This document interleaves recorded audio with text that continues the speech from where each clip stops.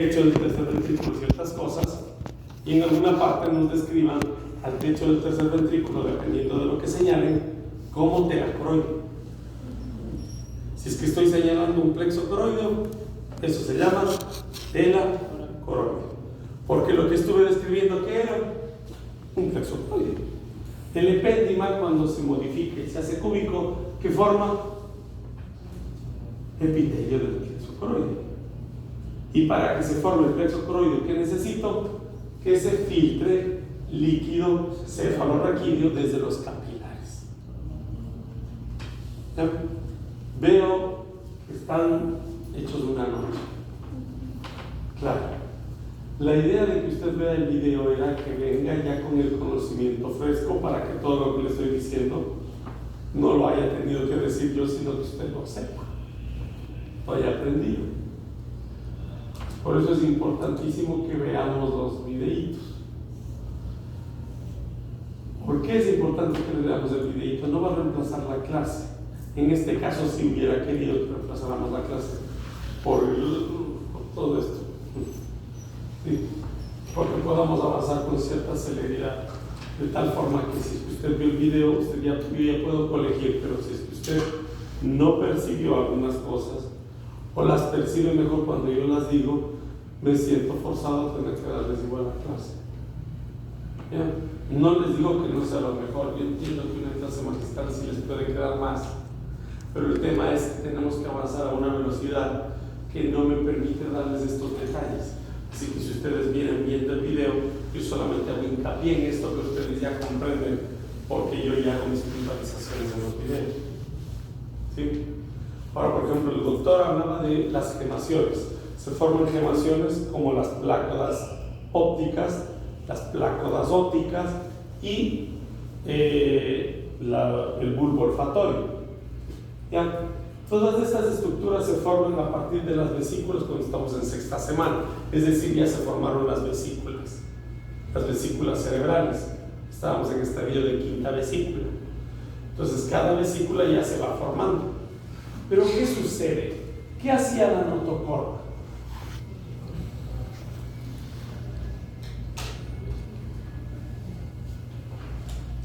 ¿Qué hacía la notocorda en la médula espinal? ¿A qué servía la notocorda? Un potente señalizador para organizar qué cosas. Los segmentos para la segmentación. Perfecto, doctor. Entonces, ese fenómeno de segmentación, ¿hasta dónde lo vemos? Hasta. Ya vemos todo, ya hacia arriba, ya. Pero eso vemos hasta ahí. No. La segmentación sigue por encima de la segmentación. ¿O no se acuerdan que hay rombómeras y mesómeras? Entonces, ¿hasta dónde íbamos?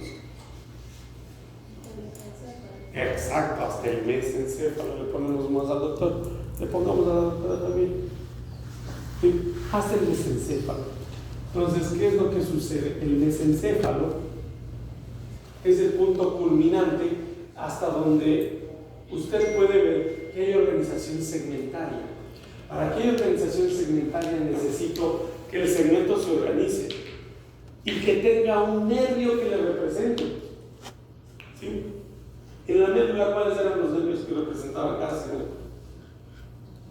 Un nervio raquídeo con su raíz ventral o motora y su raíz dorsal o sensitiva, ¿cierto?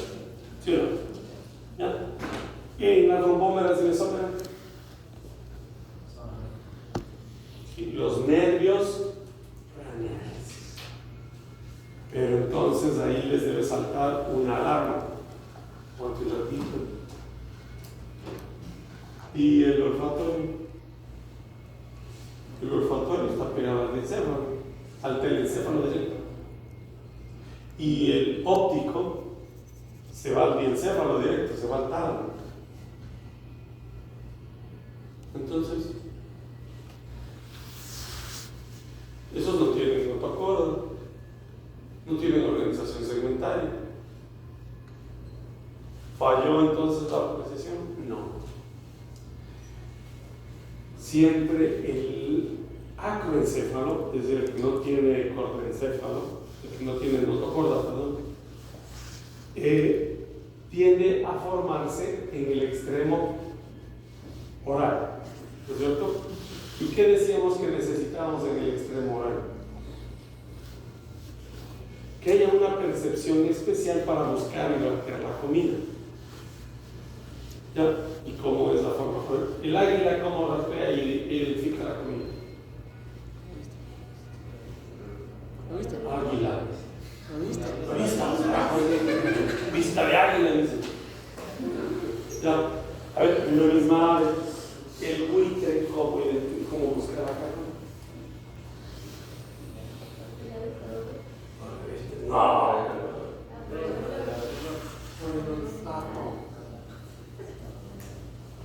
¿Sí? Un perro. El depredador y el felino más mortífero que existe en este planeta. El gato doméstico. Sí. El depredador con el mejor diseño asesino es el gato doméstico. Lo bueno es que es como es el gato. Sí. Y es el más cruel también, porque es de los pocos que juega con la comida de su pegarse.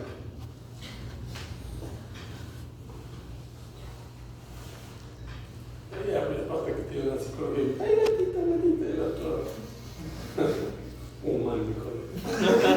Entonces, a ver, el gato tiene una vista privilegiada, por eso es uno de los depredadores tan. Entonces ellos, y tiene un olfato excepcional. ¿Ya?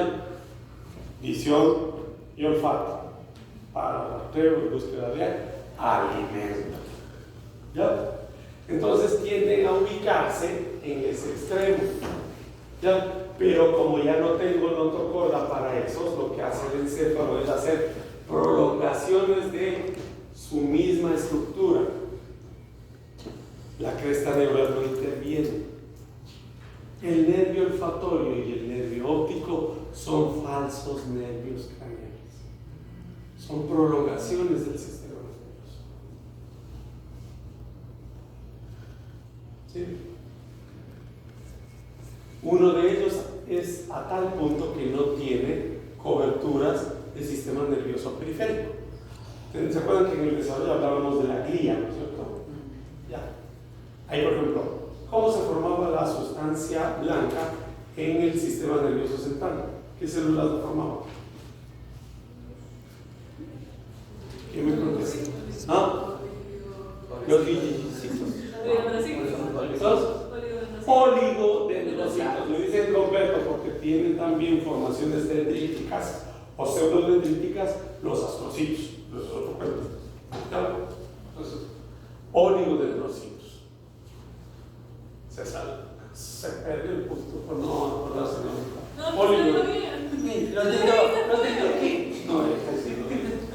los oligodendrocitos. Y ahora, esos oligodendrocitos están en el sistema nervioso central, pero necesitamos una glía que también produzca mielina en el sistema nervioso periférico.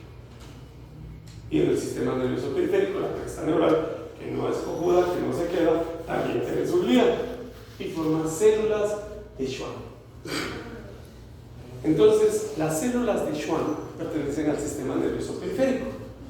Entonces, usted encuentra un nervio raquídeo que sale de la médula espinal, o en un nervio craneal wherever, como el facial o el vago, va a encontrar células de Schwann. ¿Ya? Y va a tener una característica pura y concisa de célula de nervio periférico, con el envoltorio de tejido conectivo y todas las de ley.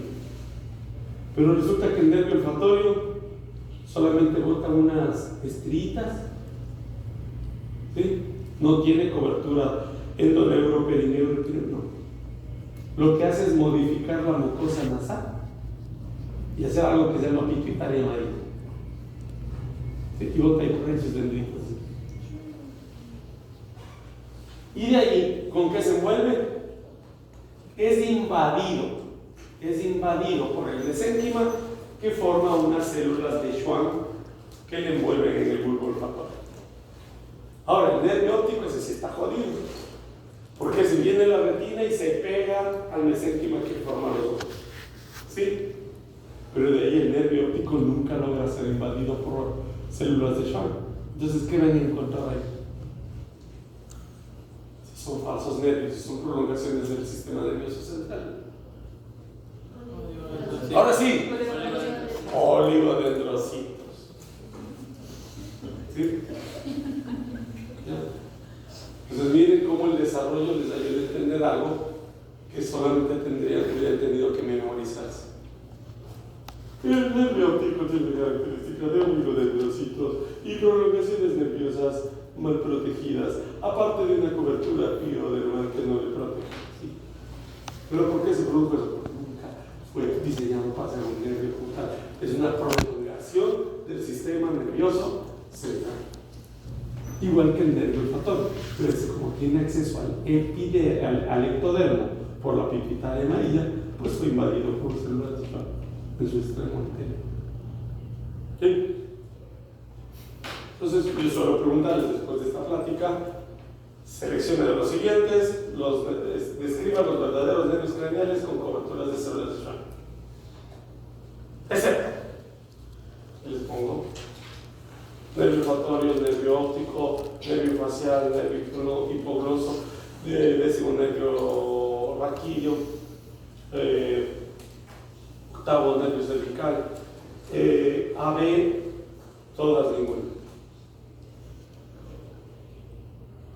¿Cuál contestan ustedes? AB. Lo que estoy pidiendo es que le digan cuáles son los verdaderos nervios craneales con cobertura de Schwann. No falsos nervios y uno que hay en medio. Entonces, los verdaderos nervios craneales son todos desde el tercero. ¿Ya? El primero y el segundo son falsos nervios.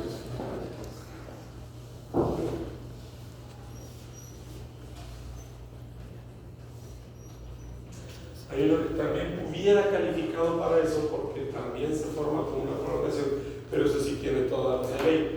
Está cubierto, está envuelto por células de Schwann, tiene su partecita del nervio y es el nervio auditivo. ¿Okay?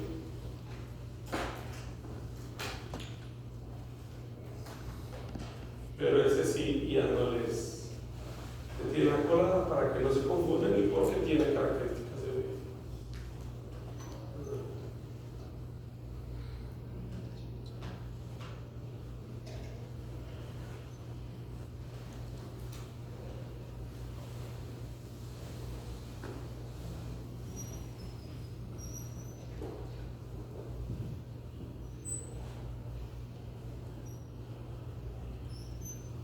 Entonces, a ver, ¿qué podemos hacer sobre esos objetivos?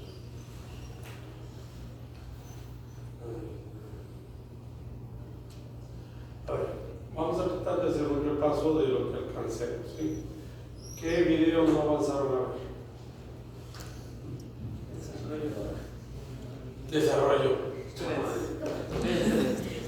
Desarrollo 3. El último.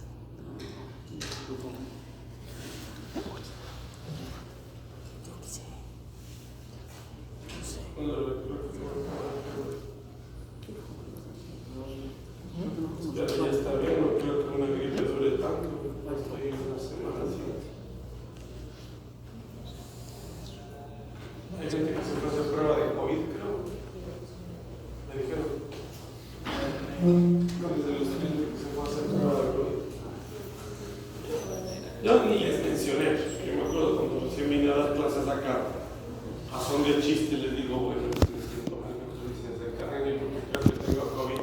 Se ven ido a quejar, ay, el doctor nos está exponiendo, pobre de nosotros. Ya estábamos en 2022, vamos a ver. ¿En serio? Yo ya me hice la prueba, ya me hice el hisopado y me hice hacer un hisopado acá para que me dijeran. No, pues ¿cómo va a venir a las clases? Tenía algún estado libre. ¿Cómo va a venir a exponer?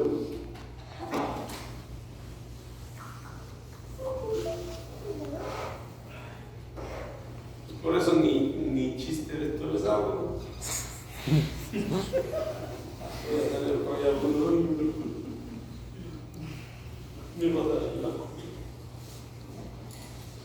Es para estas alturas que ya es una gripe estacional.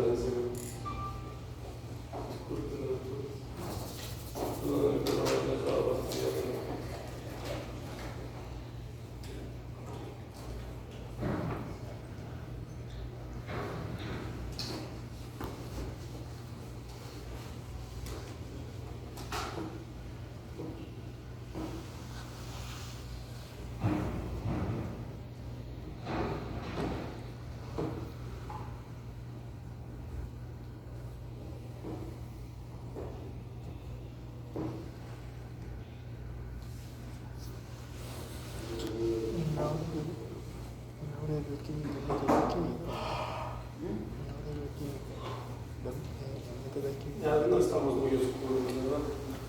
A ver, vemos las vesículas de estadio de 3 vesículas, 4 semanas, estadio de 5 vesículas, 5 semanas. Primero empieza por una vesícula rombencefálica, una prosencefálica y después se empieza a dilatar el mesencéfalo. ¿Qué es lo que sucede? Con este crecimiento y con la migración, como todo se vuelve hacia adelante, se da un efecto como ahí se les incluye, ¿no? La diapositiva, como si usted cortara una tubería por un lado, después hiciera esto con la tubería. Pues donde tiene preservada su pared, se flexiona ese lado, y en donde le tiene cortada, se abre y se forma un rombito. Entonces es exactamente lo mismo. Yo achico y flexiono a nivel de la protuberancia y lo que se va a producir es una apertura en forma de rombo. ¿Ya? Entonces, merced a las flexuras y a la migración de las células, se producen pues este adelgazamiento del techo. En las primeras partes del rombencéfalo que corresponden a la médula oblongada, a la sutura médula oblongada, la estructura es bastante parecida a la médula espinal, es una lámina alar, una lámina basal, un extremo que tiene funciones somáticas, un extremo, una porción más central cerca del surco limitante, que van a formar o van a estar conformados por las células de tipo visceral. Si consideramos esto y nos lanzamos un poquito hacia atrás, mire si vale la pena comentar esto. Bien, acá, este conducto de aquí, el del tubo neural, el conducto del tubo neural, va a quedarse de ese porte, ¿ya? Pero van a seguir creciendo las células en los alrededores y las fibras van a incrementarse, de tal forma que en la médula ya adulta va a quedar un conducto central con la forma de rombo, que es el conducto ependimático, pero es pequeñito. ¿Okay? No es que este se ha achicado, sino que el resto de estructuras se han agrandado al tamaño de un niño o de un adulto. ¿Okay? Y por lo mismo, lo que vamos a mantener acá como referente va a ser el surco limitante para identificar todo lo que queda por detrás del surco limitante, que va a tener funciones aferentes, y todo lo que está por delante funciones eferentes. Lo que quede próximo a este nivel o a este plano será de tipo visceral, aferente o eferente, dependiendo de en qué mitad estén.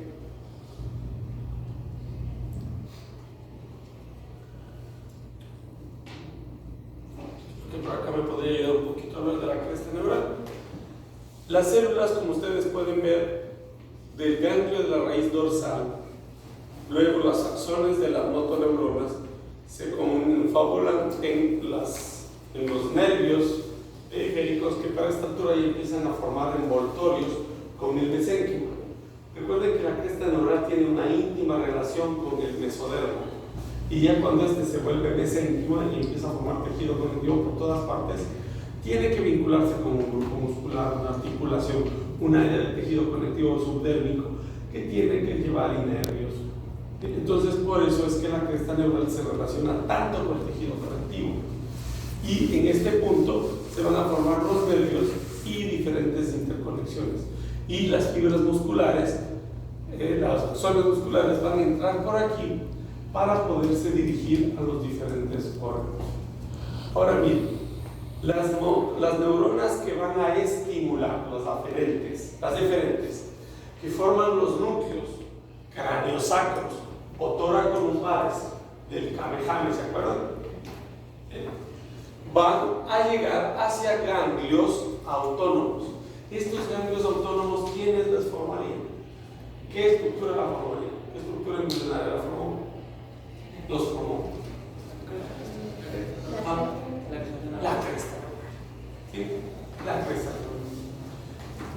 De estas fibras, pues, nos encontraremos con neuronas que ya tienen origen en la cresta neural, que darán a su vez las prolongaciones que se dirigirán a los órganos o seguirán su curso.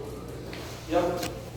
Entonces, así como las neuronas del ganglio de la raíz dorsal, los ganglios autónomos tienen su origen en la cresta neural. En el caso del tubo neural, aquí podemos ver que hay una multiplicación, pero es bien armónica, organizada, un surco limitante y las estructuras alares y basales, que después van a dar origen a este componente orgánico, a este componente medular, que lo conocemos y que va a tener sus astas dorsales y astas ventrales, las que vimos en la introducción y que ustedes ya tienen que haber leído, me imagino, en el capítulo introductorio de Snell. Cuando vemos, en cambio, estos componentes, podemos tener una noción de cómo el tejido esquelético crece en desproporción al tejido medular.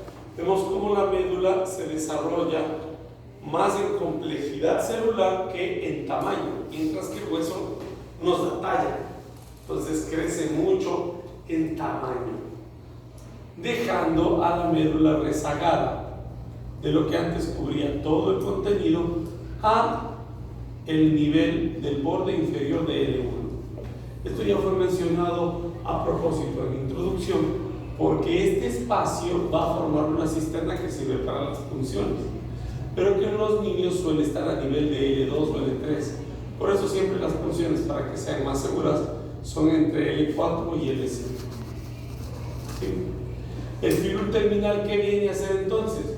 Un estiramiento de pía madre que luego, al salir del conducto, se fusiona con el mesénquima para dar origen a un ligamento, que es el ligamento sacrococcígeo. ¿Okay? Este contexto ha determinado un desnivel entre vértebras y médula que ya conocemos y que ustedes pueden incluso calcular. En el feto de 24 semanas hay una posición completa, como decíamos. En el adulto será de L1, en el niño de L2. La caudequina se forma por estiramiento de los nervios, que siempre emitirán su fibra nerviosa por debajo de la vértebra que le corresponde. Es decir, si el segmento medular en el feto de 24 semanas estaba el L1 a nivel de la vértebra L1, el nervio L1 pasará por debajo, por el conducto, el agujero de confusión, debajo de esa vértebra. ¿Okay? En el caso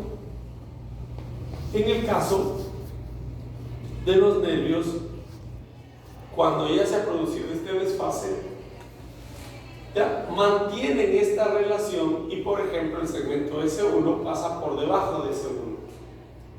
El segmento L1 tendrá que descender retroceder también un poco y pasar por debajo del L1. El segmento S5 tendrá que bajar hasta el extremo inferior y salir por el último de los agujeros sacros. ¿Por qué se da eso? Porque los nervios se estiran, más la médula no lo hace.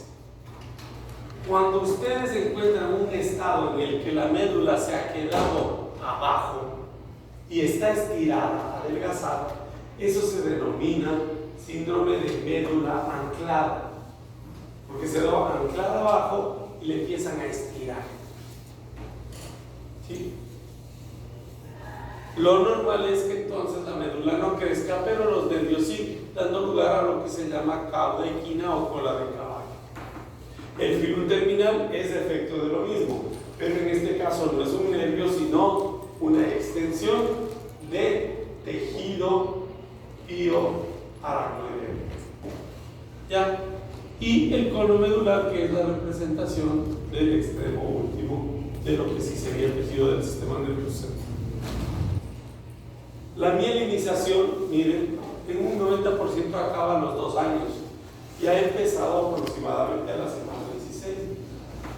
Esto sucede cuando los oligodendrocitos han empezado a formarse y envuelven, a ver, acá, han empezado a formarse con sus prolongaciones, han empezado a envolver a las fibras nerviosas.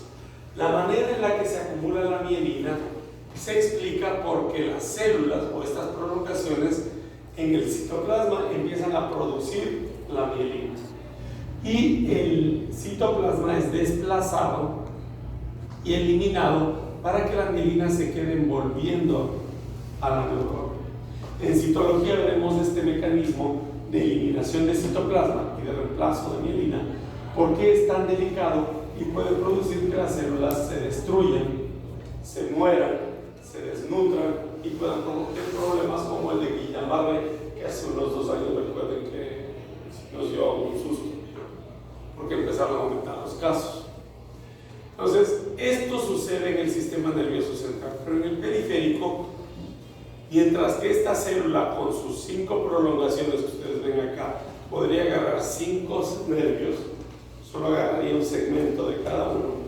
Una célula de Schwann es exclusiva de un pedacito del nervio. La célula completa agarra un pedacito del nervio y empieza a atornillarse. Entorcharse, el centro pierde mielina, pierde el citoplasma, se llena de mielina y queda envuelto. La manera en la que se forma la estudiaremos más adelante, pero es importante que recordemos que en el desarrollo el sistema nervioso periférico es diferente al sistema nervioso central. ¿Por qué? La señalización y el tipo de célula es diferente. ¿Ya? Para esta formación se ha disparado un sistema de señalizadores denominados integrinas del tipo beta 1 para la célula de Schwann y que es diferente para los oligodendrocitos que están siendo influidos y redistribuidos por efectos del mitocondrio.